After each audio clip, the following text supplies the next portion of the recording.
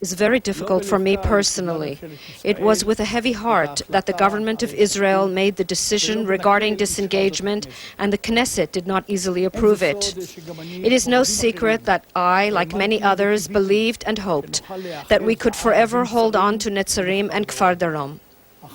However, the changing reality in this country, in the region and the world required another reassessment and changing of positions.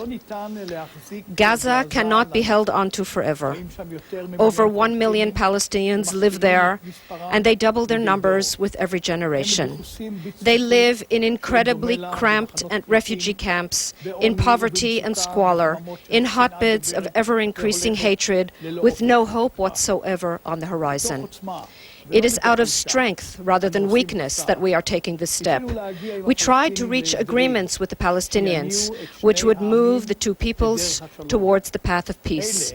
These were crushed against a wall of hatred and fanaticism. The unilateral disengagement plan, which I announced approximately 2 years ago, is the Israeli answer to this reality.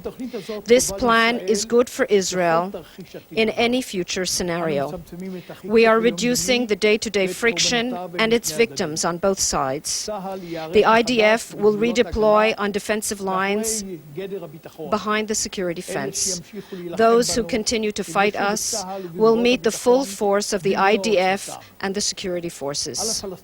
Now the Palestinians bear the burden of proof. They must fight the terror organizations, dismantle its infrastructures, and show sincere intentions of peace in order to sit with us at the negotiating table.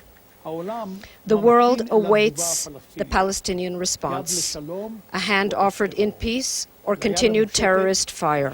To a hand offered in peace, we will respond with an olive branch. But if they choose fire, we will respond with fire, more severe than ever. The disengagement will allow us to look inward. Our national agenda will change.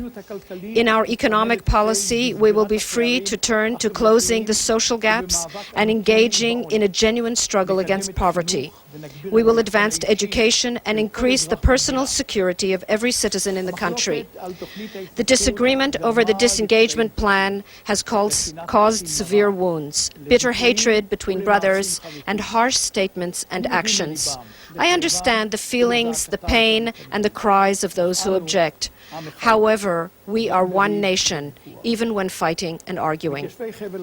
Residents of the Gaza Strip, today marks the end of a glorious chapter in the story of Israel and a major chapter in the story of your lives as pioneers, as realizers of a dream, and as those who bore the security and settlement burden for all of us.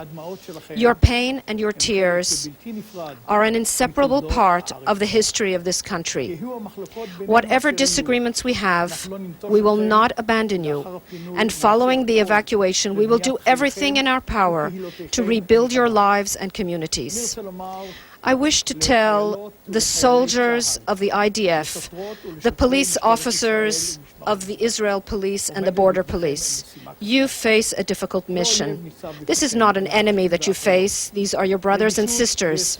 Sensitivity and patience are the order of the day. I am certain that this is how you will behave. I want you to know the entire nation stands behind you and is proud of you. Citizens of Israel, the responsibility for the future of Israel rests on my shoulders. I initiated the plan because I concluded that this action is vital for Israel. Believe me, the extent of pain that I feel at this act is equal only to the measure of resolved recognition that it was something that had to be done. We are embarking on a new path, which has many risks, but also a ray of hope for all of us.